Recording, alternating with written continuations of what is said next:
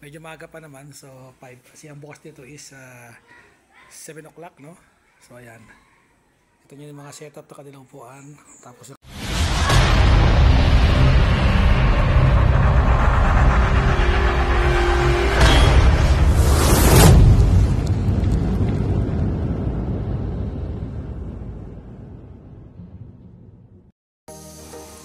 good morning everyone, and for the days is tayo po ay dito ngayon sa restaurant, no? Ng Happy Ciudad. Kaya pagpasok lang dito. Ayan, yan. Ayan. Ito po siya. Pagpasok pa lang dito is, ayan na yung nakikita nyo dyan. Ayan po yung tawag ito, yung shake, mo, shake na biltihan. So pangalan nila is Happy Ciudad. Ayan. Nakikita nyo naman yung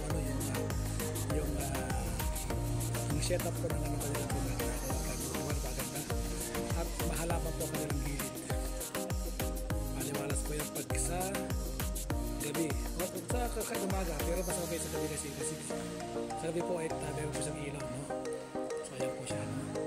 At medyo makulimlim yung nakalagitan tayo.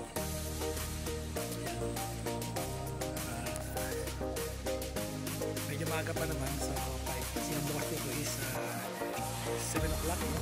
So ayan, ito yung mga setup na kanilang upuan, tapos yung kanilang video yan, tapos yung TV. So ayan ang setup nyan,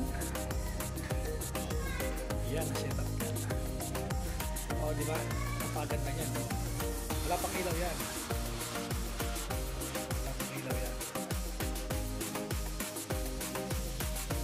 po sila dito na pwedeng magpipili ng yung gusto nyo pong i-orderin. Meron po dyan yung barbecue, ensaladang talong, ano ba,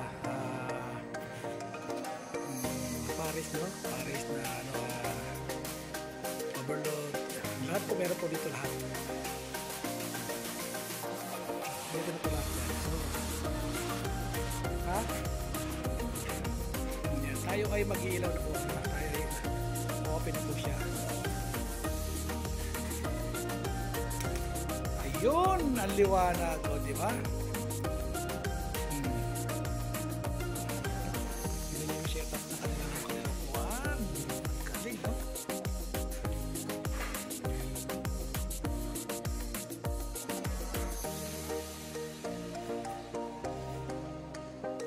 Yan po nilang counter. Ayan.